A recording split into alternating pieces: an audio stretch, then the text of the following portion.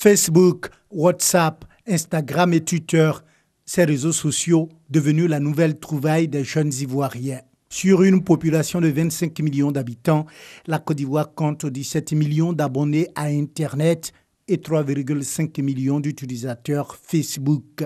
À travers Facebook, on peut réussir à faire plusieurs choses. Communiquer avec certains parents qui sont loin de nous et qui permet aussi d'avoir plusieurs connaissances. Ça nous permet aussi de donner des informations. Aussi à les réseaux sociaux par rapport à ma famille qui est un peu éloignée. Parce qu'il n'y a pas assez d'argent, les appeler. Avec Facebook là, ça nous facilite la tâche.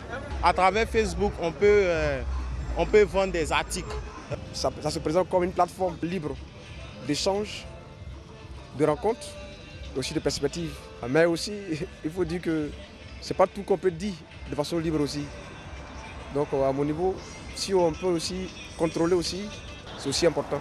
S'il est désormais impossible de nier son importance, force est de reconnaître que ces réseaux sociaux sont également utilisés à des fins malsaines. Il y a des brouteurs, il y a des gens qui sont sur Facebook pour aller arnaquer.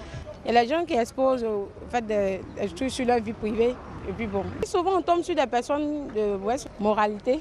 Un exemple, quelqu'un qui va se filmer tout nu et mettre ça sur un réseau social, je vois que ça, c'est pas bien fait. En Côte d'Ivoire, 81% des internautes consultent régulièrement les réseaux sociaux. Son arrivée en Côte d'Ivoire a révolutionné la façon de communiquer et socialiser le web.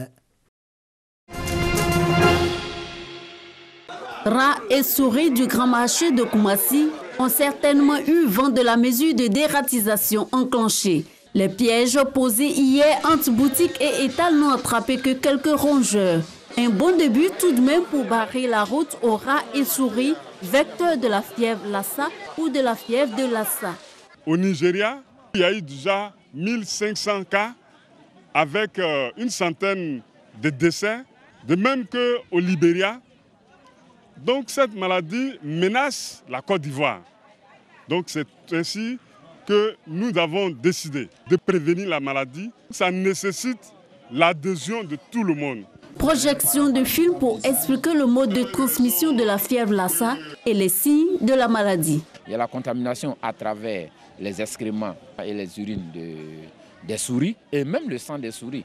Et il y a la contamination à travers l'homme. Et la transmission peut se réaliser à ce niveau-là à travers les liquides biologiques.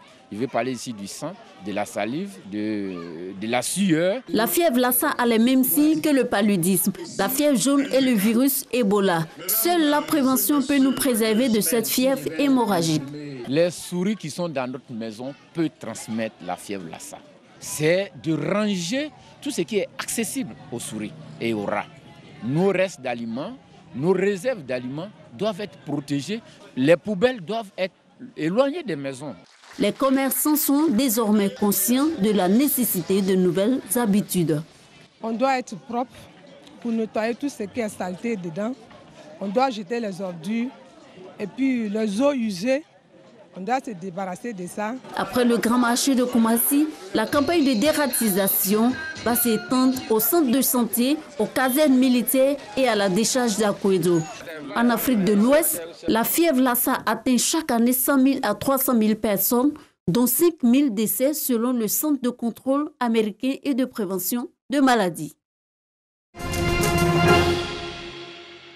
Amener les journalistes radiophoniques à s'intéresser aux questions relatives aux droits humanitaires et surtout créer une saine émulation au sein de leur corporation. C'est l'objectif du concours régional du reportage humanitaire initié par le Comité international de Croix-Rouge CICR. Un concours ouvert à l'ensemble des journalistes radio des pays francophones de la délégation CICR d'Abidjan. Il s'agit notamment de la Côte d'Ivoire, le Bénin, le Burkina Faso, le Togo et la Guinée. L'objectif de ce concours, c'est de sensibiliser, motiver les journalistes à la chose humanitaire. Parce qu'on estime que les journalistes ont un rôle de premier plan pour favoriser le geste et l'esprit humanitaire, c'est-à-dire un geste de solidarité désintéressé, neutre, impartial et conduit d'une manière indépendante. Je voudrais juste attirer l'attention des candidats sur les dates butoirs, puisque les candidats ont jusqu'au 1er juin pour déposer leur production, encore une fois une production radiophonique. Dignité de la personne détenue et mieux protéger le personnel médical et les patients lors des situations de violence, les deux thèmes retenus pour le concours. Ce sont deux thématiques qui nous sont chères au CICR, puisque l'on visite les prisonniers, notamment en Côte d'Ivoire, mais dans beaucoup de pays d'Afrique de l'Ouest, pour veiller au respect de leur dignité. On estime que les prisonniers sont des personnes particulièrement vulnérables par rapport à d'autres catégories de population. C'est pour ça qu'on leur accorde une attention particulière. Et également, l'accès aux soins de santé lors des situations de violence est une thématique qui est pour nous au cœur de nos priorités. Parce que malheureusement, aujourd'hui encore, on le voit trop souvent en Afrique de l'Ouest dans des situations de conflits armés. Le personnel médical ou parfois les patients sont victimes eux-mêmes de violences ou n'ont plus ou pas accès aux soins de santé. Pour cette deuxième édition, les 3 meilleures productions radiophoniques de l'année en cours seront récompensées. Martin Luther King est connu pour son utilisation de la non-violence et de la désobéissance civile. Il devient le plus jeune lauréat du prix Nobel de la paix en 1964 pour sa lutte non-violente contre la ségrégation raciale et pour la paix. Il commence alors une campagne contre la guerre du Vietnam et la pauvreté qui prend fin en 1968 avec son assassinat. Fin mars 1968, Martin Luther King se déplace à Memphis, dans le Tennessee, pour soutenir les éboueurs noirs locaux qui sont en grève depuis le 12 mars pour obtenir un meilleur salaire et un meilleur traitement. Les Afro-Américains étaient payés près de $2 de l'heure et n'étaient pas payés quand ils ne pouvaient pas travailler pour raisons climatiques, contrairement aux travailleurs blancs. Des violences éclatent autour des marches pacifiques. Un jeune Afro-Américain est tué. Le 3 avril, au Mason Temple, Church of God in Christ, Martin Luther King fait le discours prophétique. I've been to the mountain top. J'ai été au sommet de la montagne. Ce n'est vraiment pas important ce qui arrive maintenant. Certains ont commencé à parler des menaces qui se profilaient.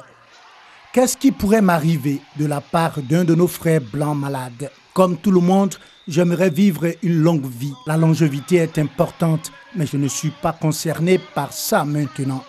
Je veux juste accomplir la volonté de Dieu. Il m'a autorisé à grimper sur la montagne. Et j'ai regardé autour de moi et j'ai vu la terre promise. Je n'irai peut-être pas là-bas avec vous, mais je veux que vous sachiez ce soir que nous, comme peuple, atteindrons la terre promise. Et je suis si heureux ce soir. Je n'ai aucune crainte. Je n'ai peur d'aucun homme.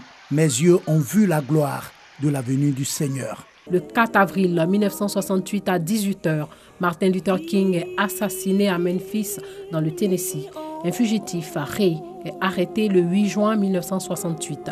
Extradé vers les États-Unis, il est accusé de crime. Le 10 mars 1969, Ray plaide coupable et est condamné à 99 ans de prison dans le Tennessee. Plus tard, Ray fait de nombreuses tentatives pour retirer ses aveux et demande à être jugé devant un jury sans succès. Il meurt en prison le 23 avril 1998. La famille de King estime que l'assassinat de Martin Luther King est le fruit d'une conspiration impliquant le gouvernement des États-Unis et que Ray n'est donc qu'un bouc émissaire. En 1999, la famille King intente un procès pour homicide contre Jawor pour la somme de $10 millions. Au cours du procès, des preuves alléguant d'une conspiration sont présentées. Des organismes gouvernementaux accusés ne peuvent pas se défendre car ils ne sont pas désignés comme défendeurs. Le jury conclut que Jawor et d'autres faisaient partie d'un complot visant à tuer Martin Luther King.